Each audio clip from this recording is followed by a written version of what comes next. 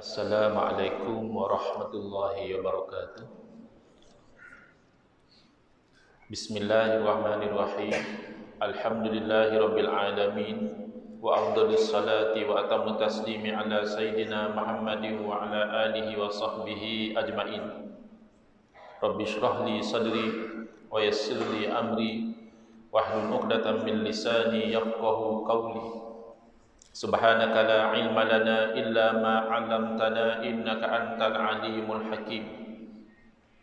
Allahumma akhrijna min zulumatil wahmi wa akrimna binuril fahmi waftah alaina bi ma'rifatil ilmi wa sahhil akhlaqana bil hilm waj'alna mimman yastami'una al-qawla fayattabi'una ahsana.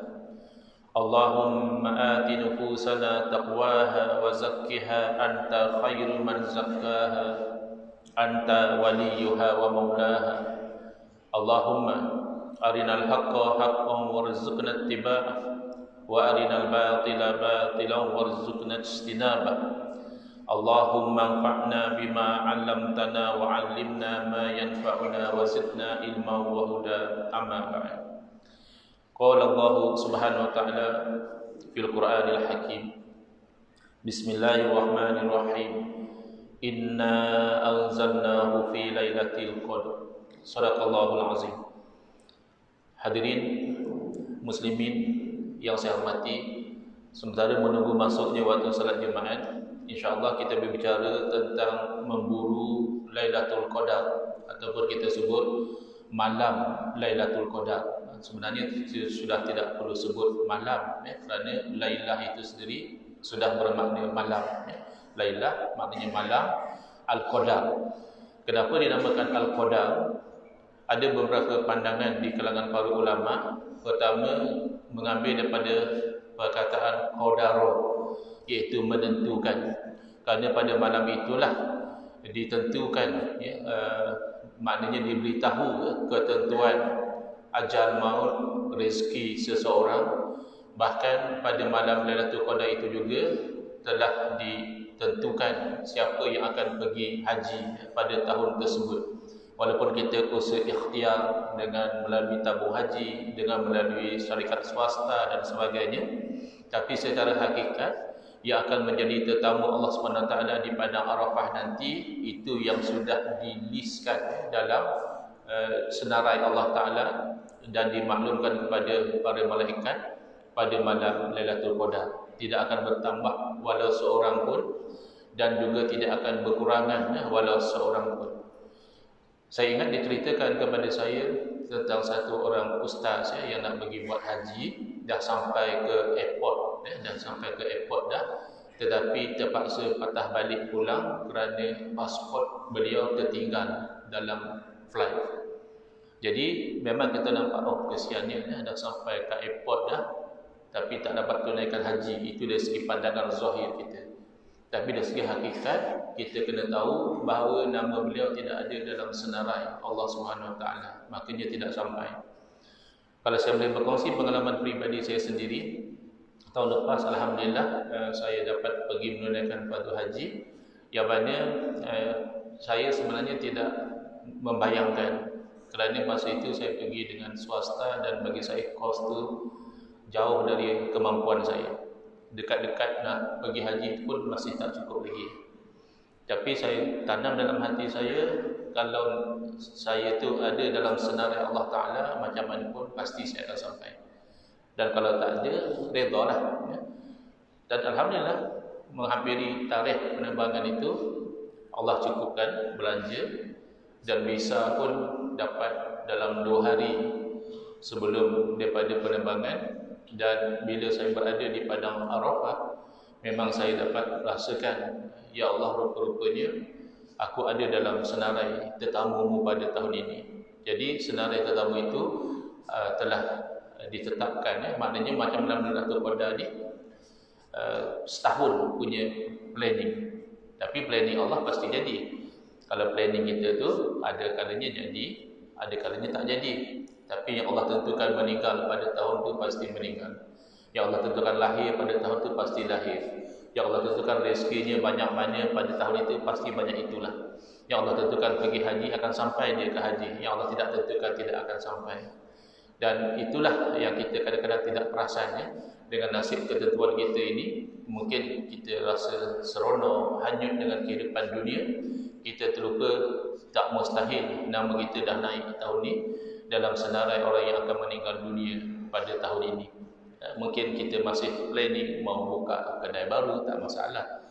Mungkin ada orang baru nak kahwin, mungkin ada orang dah kahwin baru dikurniakan anak, tak masalah, itu memang kehidupan kita. Tapi jangan sampai kita lupa penghujung kita, yang mana kalau saya boleh kongsikan juga pengalaman peribadi saya yang bagi saya sedikit sebanyak mengisahkan saya, iaitu many years back lah, beberapa tahun yang dulu saya ada pergi ke sebuah ladang ternakan kambing di Gombak. Tujuan nak beli seekor kambing untuk akikah anak perempuan saya. Saya pilih seekor kambing, lalu penjaga ladang dia ambil cat, spray warna merah, dia spray di badan kambing itu sebagai tanda kambing itu dah ada orang booking, dah ada orang nak beli. Masa hari yang dijanjikan, lebih kurang seminggu lepas tu saya datang untuk sembelih kambing. Jadi diberitahu oleh penjaga ladang, kata dia mereka baru dapat stok baru, stok kambing baru sampai. Kata dia kalau nak boleh ambil kambing yang lebih besar, lebih banyak daging dia, cuma tambah sikit lah. Saya kata okey juga. So saya beli kambing lain dan sembelih kambing itu. Tak lama lepas tu datang kambing yang dah dicat merah tu. Dia lompat-lompat depan tu. Sepatutnya dia yang kena sembelih. Saya kata, oh panjang umur lagi kambing. Lepas tu penjaga ladang spontan respon kepada komen saya. Dia kata, bang, sebenarnya kambing kat ladang ni tunggu mati je. Kan betul lah kan, kambing yang dibeli tu tak minggu ni, minggu depan orang beli sembelih, tak minggu depan, bulan depan orang beli. Dan saya pula masa tu spontan respon kepada dia, macam kita kat dunia ya. Kita kat dunia ni rupanya macam kambing dalam ladang je. Tunggu masa je untuk di-spray cat. Kita mungkin masih ketawa terbahak-bahak dengan kawan-kawan sambil berkopi, sambil mengetih di kedai mamak. Padahal mereka dah spray merah dah. Tuan Haji ni minggu depan nak ambil. Datuk Seri ni besok dah nak ambil, dah ada cat merah dah. Tapi kita tak sedar. Itu sebab kenapa di dalam Lailatul Qadar. Pertama kerana ketentuan nasib pada tahun tersebut. Yang kedua kerana qadar kemuliaan malam tersebut, yang mana disebut dalam ayat suci Al-Quran, Lailatul Qadri khairun min alfi syahr. Lailatul Qadar itu lebih baik dari 1000 bulan. Ya? Jadi kita kedepikan dahulu apa maksud lebih baik daripada 1000 bulan. Tapi malam itu memang malam yang mulia. Dari segi bahasa Arab, kemuliaan juga disebut Qadar. Ya, sebab itu disebut Lailatul Qadar. Dan ada pandangan mengatakan Lailatul Qadar itu kerana amal-amal soleh yang dilakukan pada malam tersebut dilipat gandakan, bahkan diberi ganjaran penghapusan dosa. Dalam hadis Nabi SAW bersabda, man qama Lailatul Qadri imanan wa ihtisaban ghufira lahu ma taqaddama min zambihi. Barang siapa yang menghidupkan malam Lailatul Qadar, yakni dengan ibadah. Ada orang qiyamul lail tapi main game, ada orang qiyamul lail tapi menonton, ada orang qiyamul lail tapi bersembah kosong. Tapi maksud qama di sini adalah qiyamul lail dengan ibadah, dengan penuh keimanan, ihtisaban, dan dengan penuh mengharap pahala dan juga ridha daripada Allah Ta'ala. Natijahnya adalah ghufira lahu ma taqaddama min zambihi. Nescaya akan diampunkan segala dosa-dosanya yang terdahulu. Jadi kita mungkin dengan hijab, dengan kelalaian kita, dengan jauhnya kita daripada melihat hakikat kehidupan ini, kita tak rasa apa-apa pun. Dengan janji dihapuskan dosa yang lalu tu, kita tak rasa sesuatu yang menarik. Tapi kalau kita boleh convert kepada bahasa yang kita faham, kalau kita buat satu benda pada satu malam, lalu segala hutang-hutang kita akan dilupuskan. Maknanya start daripada besok ni tak ada lagi potongan duit kereta, potongan rumah, PTPTN ke langsai. Agak-agak kita nak tak buat benda tu. Besok bangun tak ada hutang. Mungkin ada sebahagian daripada tuan-tuan memang tak ada hutang dah. Tapi ramai antara kita masih terbeban dengan hutang. Gaji singgah sat kat tangan kita, sat ya. Duk rasa masuk-masuk gaji, duk rasa duit aku. Esok orang potong, lusa ni pula potong, ni beli potong. Belum lagi kita belanja untuk keluarga dan sebagainya. Tiba-tiba bulan depan gaji yang masuk tu bersih kita punya semua. Tentu kita mahu. Padahal berbanding dengan dosa itu kan akan menarik seseorang itu dalam neraka. Dan penghapusan dosa berarti mendorong orang itu masuk ke syurga. Dan serendah-rendah syurga itu jauh berkali-kali lebih baik daripada dunia dan sekali isi-isi. Itu dengan menghidupkan malam Lailatul Qadar dengan penuh keimanan dan keikhlasan mengharap balasan daripada Allah Subhanahu wa taala. Kemudian bila berlakunya Lailatul Qadar, ya, ada pandangan yang sangat lemah mengatakan bahawa Lailatul Qadar ni dah lepas dah. Malam yang diturunkan Al-Quran itulah Lailatul Qadar, itu dah tak ada Lailatul Qadar lagi. Tetapi rata-rata para alim ulama dan umat Islam tahu bahawa Lailatul Qadar itu bukan berlaku hanya satu kali, tapi akan berulang Lailatul Qadar itu pada setiap tahun. Bahkan ada yang seolah-olah mengatakan boleh jadi Lailatul Qadar itu berlaku sepanjang tahun.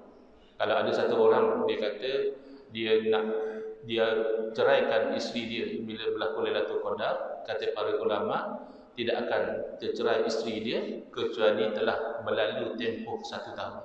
Berarti kemungkinan berlaku Lailatul Qadar itu dalam sepanjang tempoh 1 tahun. Tapi berdasarkan riwayat-riwayat hadis daripada Nabi SAW, berdasarkan ucapan dan pendirian para sahabat radhiyallahu anhum ajma'in, maka rata-rata para ulama berpegang Lailatul Qadar itu berlaku pada bulan Ramadan. Berlaku pada bulan Ramadan.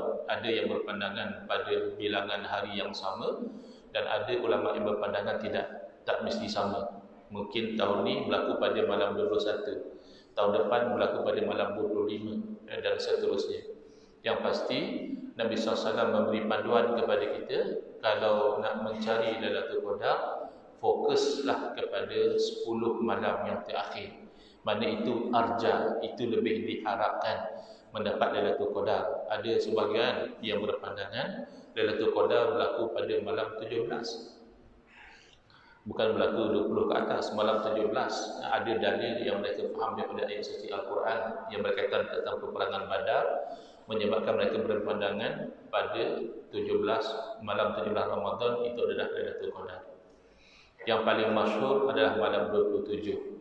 Yang kita tahu malam-malam yang ganjil 21, 23, 25, 27, 29. Tetapi kalau kita itu memang betul-betul tahu nilai Lailatul Qadar, bayangkan begini saja. Majikan kata, siapa yang kerja bulan ni, kami bayar gaji selama 1000 bulan. 40 lah. Mana ada orang nak lepas peluang sebaik itu? Kerja 1 bulan. Orang-orang yang kerja bank, treasury dan sebagainya, kalau perform dapat masukkan duit banyak untuk bank, paling-paling bank bagi bonus 3 bulan gaji atau 6 bulan gaji at the most. Itu pun dah seronok kan. Ulun buat kerja dapat bonus 6 bulan gaji. Ini ulun 1 malam dapat gaji selama 1000 bulan. Itu adalah satu peluang yang tidak akan dilepaskan oleh sesiapa yang berakal sihat. Maka kalau kita itu cermat, tak mau terlepas, tentulah kita akan memfokus kepada setiap malam. Kerana tak mustahil pandangan yang mengatakan berpindah-pindah itu betul. Tapi saya fokus yang ganjil saja, boleh juga. Tapi ada tak kemungkinan perkiraan kita lagi terdahulu 1 hari atau terkemudian 1 hari? Kan kemungkinan itu ada. Memang kalau ikut perkiraan kita malam ni malam 27, hakikatnya boleh jadi malam 28, semalam dah lepas. Atau boleh jadi baru malam ke-26, besok baru malam ke-27. Maka sikap berhati-hati itulah. Kalau boleh pecutan terakhir, 10 terakhir itu memang kita sudah memfokus, dan ini sunnah Nabi sallallahu alaihi wasallam. Baginda memang kita tahu satu orang insan yang sangat kuat beribadah, sehingga kan kalau baginda qiyamul lail, jangan kata bulan Ramadan, hari bulan-bulan yang biasa pun sampai bengkak kaki baginda kerana qiyamul lail, kerana tahajud. Kita bengkak mata kerana tak terkejut. Lain kan dengan Nabi SAW. Bayangkan insan yang tahajud pada masa yang biasa pun sehingga bengkak kaki, maka bulan Ramadan lebih lagi, 10 terakhir itu lebih lagi. Kinayahnya baginda SAW pada 10 terakhir itu mengikat kain baginda. Ini isyarat bahawa baginda tidak menggauli isteri baginda. Memang halal uhillalakum lailatas siyami rafasu ila nisaikum. Dihalalkan buat kamu pada waktu malam bulan Ramadan boleh bersama dengan isteri. Siang saja yang tak boleh. Tetapi oleh kerana Nabi SAW menilai ibadah pada malam-malam bulan Ramadan yang terakhir itu sangat tinggi, pada 10 malam terakhir itu baginda tidak menggauli isteri untuk memfokuskan kepada urusan ibadah. Itu kita boleh ambil sebagai satu benchmark yang tinggi. Maka sekurang-kurangnya kalaupun kita mungkin dengan label kita ni masih ada lagi bergaul dengan isteri, tapi kita nak pertingkatkan ibadah itu lebih berbanding dengan pada malam-malam yang lain.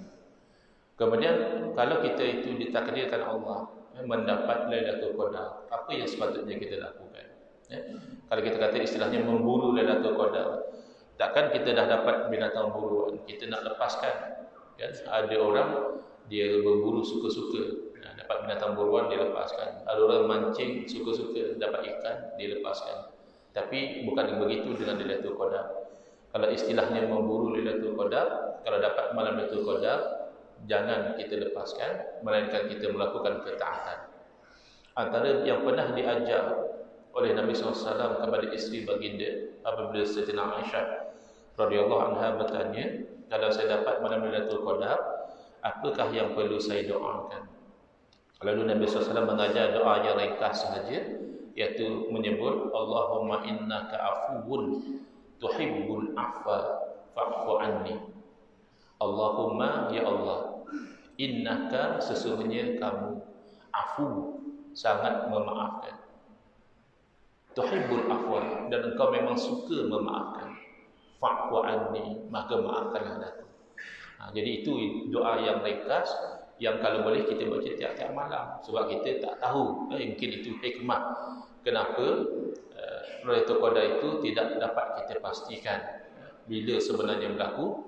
Maka tiap-tiap malam kita berdoa dengan doa yang ringkas tapi besar fadilatnya.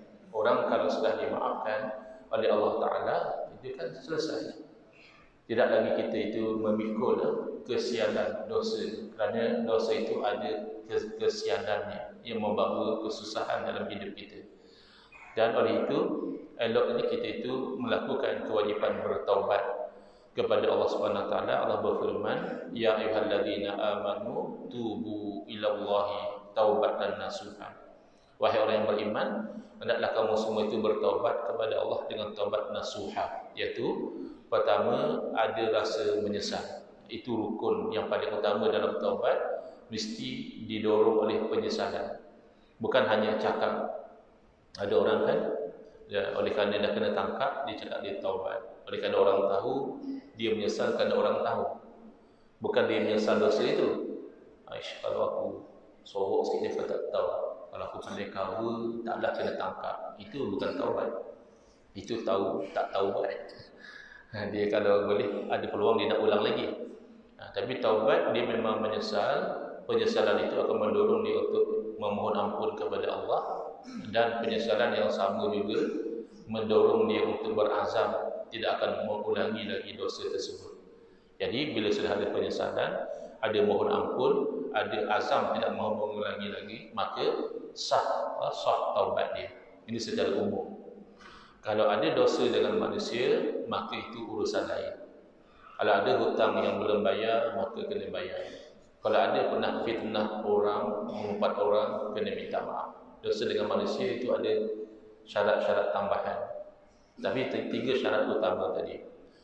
Bila nak taubat? Ada orang kata, nanti saya pergi haji, saya taubat. Kamu confident? Tahu kan boleh hidup sampai pergi haji? Ada orang kata nantilah time-time kerja ni payah nak taubat, jumpa orang sana, jumpa orang sini, nanti dah pencin lah taubat. Ya ke?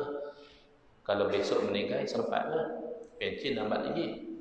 Satu. Yang kedua, dosa yang tidak ditaubat itu dia menjadi titik hitam pada hati. Lama-kelamaan hati itu boleh jadi keras dan mati, tidak akan buat taubat lagi. Jadi nak taubat bila? Paling minimum setiap hari. Kerana kita ni buat dosa setiap hari, maka kita kena menyesali dosa kita itu dan memohon ampun setiap hari kepada Allah Subhanahu Wa Taala.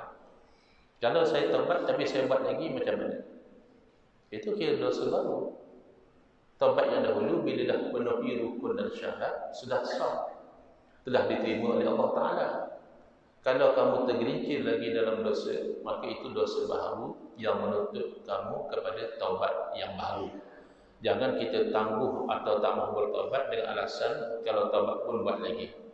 Kata Imam Ghazali rahimahullah ta'ala, siapa tahu taubat kamu kali ini kamu sudah tidak akan ulangi, atau taubat kamu kali ini disusuli dengan kematian. Elok lepas taubat meninggal, alhamdulillah. At-taibu minaz zambi kaman la zamba lahu. Orang yang bertaubat dari dosa seumpama orang yang tidak ada dosa. Jadi kita cuba isi Lailatul Qadar itu dengan taubat, dengan doa, dengan selawat atas junjungan Nabi sallallahu alaihi wasallam, dan juga dengan ibadah-ibadah yang tidak khusus. Termasuk ibadah adalah meringankan bebanan orang lain. Ya, orang yang melepaskan seseorang itu daripada kesusahan pada di dunia ini, nanti Allah akan lepaskan kesusahan daripada hari akhirat. Jadi kalau ditakdirkan pada malam Lailatul Qadar itu kita ada membantu orang yang susah, lepaskan daripada kesempitan, itu juga termasuk amal soleh. Kemudian antara amal soleh yang kita boleh lakukan pada malam Lailatul Qadar itu adalah tafakkur. Kadang-kadang orang terlepas pandang tentang kepentingan berfikir. Ya, berzikir penting. Ya, berzikir bagus dilakukan. Bahkan Allah memuji orang yang banyak berzikir. Wazkurullaha zikran katsira. Allah memerintahkan kita supaya banyak berzikir. Allazina yazkurunallaha qiyaman wa qu'udan wa 'ala junubihim. Bahkan Allah puji orang berzikir pada segenap keadaan. Zikir sambil berdiri, zikir sambil duduk, bahkan sambil berbaring juga tidak menghalang kita dari berzikir. Tetapi zikir itu perlu diikuti dengan fikir. Kerana kalau kita tidak berfikir, maka kita mensia-siakan yang berharga, yang membezakan manusia dengan binatang adalah akal. Sebab Allah berfirman, afala ta'qilun. Kenapakah kamu tidak gunakan akal? Kemudian Allah berfirman, wa qalu law kunna nasma'u aw na'qilu ma kunna fi ashabis sa'id. Kalau ahli neraka berkata, kalaulah kami itu dahulu mahu mendengar dan mahu berfikir, tidaklah kami itu tergolong daripada ahli neraka. Jadi kita fikirkan kehidupan kita ini bermula dan ke mana dan apa tujuan kita dihidupkan atas dunia yang sementara, yang kita kejar belum pasti dapat. Kalau dapat belum pasti bermanfaat, dan kalau dapat dan bermanfaat pun pasti kita akan tinggalkan. Hadza wabillahi taufiq wal hidayah. Wassalamualaikum warahmatullahi wabarakatuh.